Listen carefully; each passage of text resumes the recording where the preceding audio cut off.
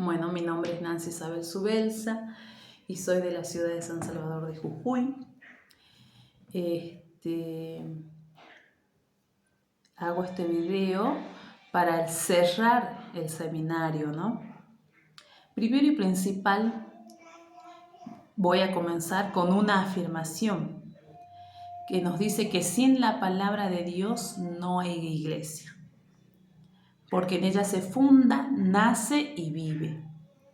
Qué importante afirmación, porque cuántos laicos, catequistas, en su servicio, inclusive me incluyo, omitimos, olvidamos la palabra de Dios, siendo que el autor principal de esta palabra es el mismo Dios, quien inspirando a hombres, a ciertos hombres, por medio del Espíritu Santo, escribieron o redactaron esta palabra.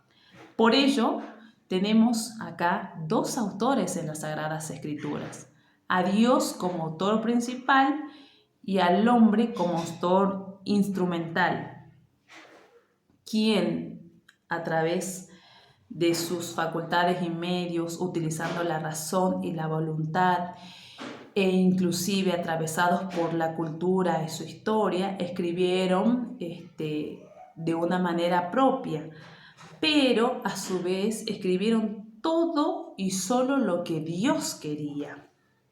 A estos hombres o autores instrumentales los llamamos hagiógrafos. Ahora, si quienes han redactado las Sagradas Escrituras son hombres, ¿podemos preguntarnos o afirmar que la Biblia contenga algún error?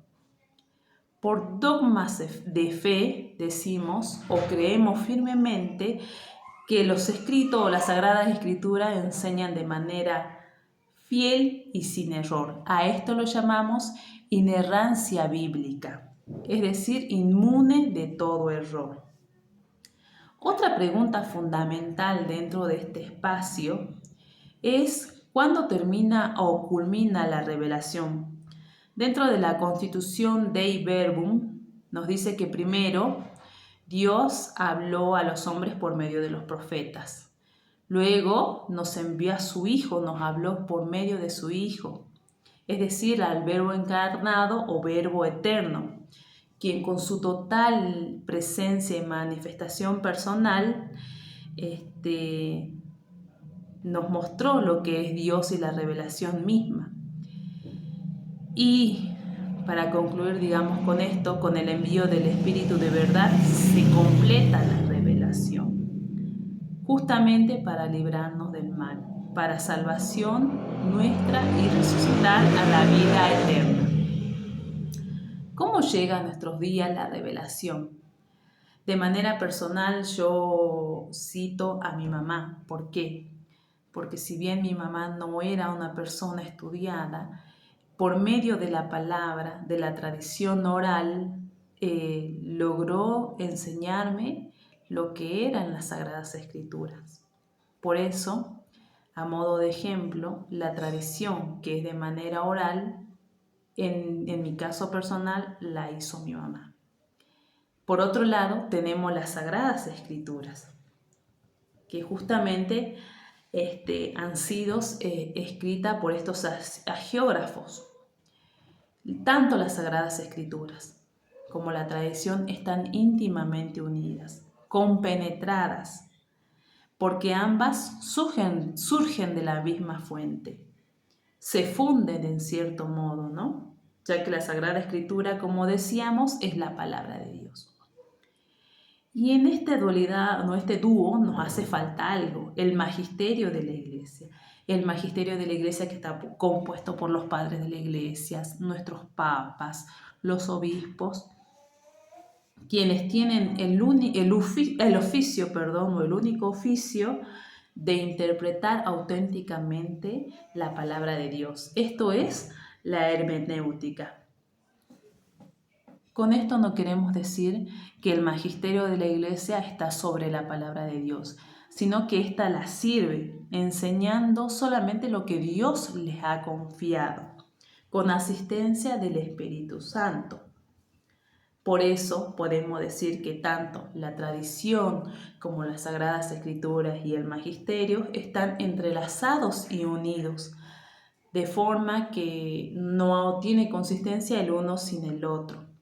Y los tres contribuyen, digamos, a la salvación de las almas. Siguiendo con la hermenéutica o cómo interpretar las Sagradas Escrituras, debemos nosotros tener en cuenta o en consideración lo que pretendieron expresar los hagiógrafos. Por ello yo digo que estos hombres han estado atravesados por su cultura, por su historia, por su voluntad y por su razón. Por eso acá tenemos que tener en cuenta los géneros literarios. Así tenemos el género histórico, profético, poético, entre otros. Por ello, cuando nosotros interpretamos las Sagradas Escrituras, debemos tener en cuenta el género literario. Ahora, ¿qué es un género literario? El género literario es la relación entre la forma de expresarse y la realidad que quiere expresar este hagiógrafo.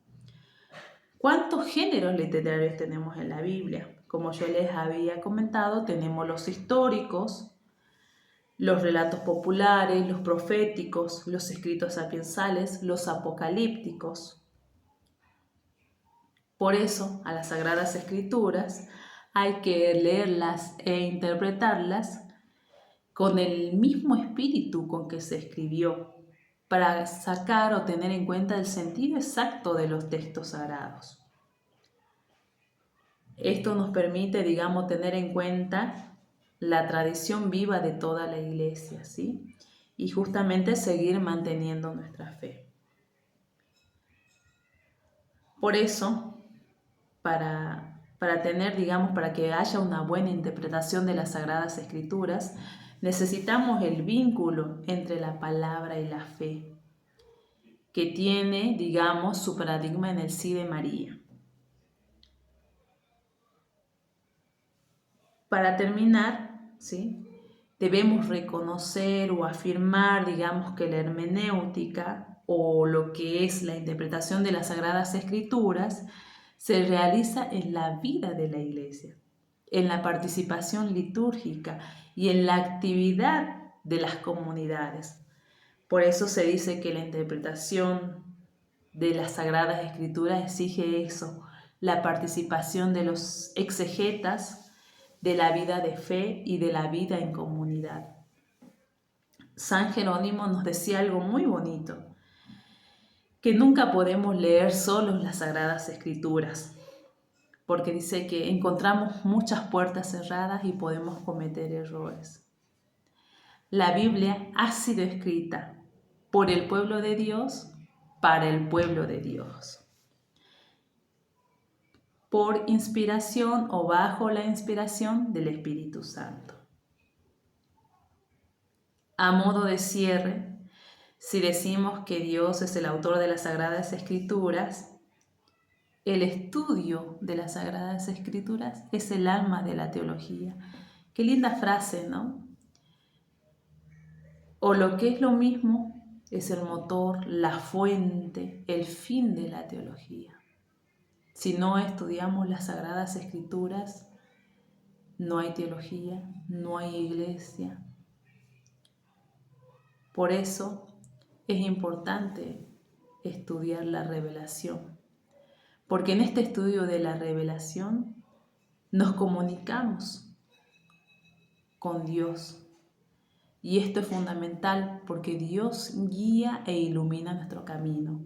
Y nosotros como creyentes encontramos respuestas en la revelación. Muchas gracias.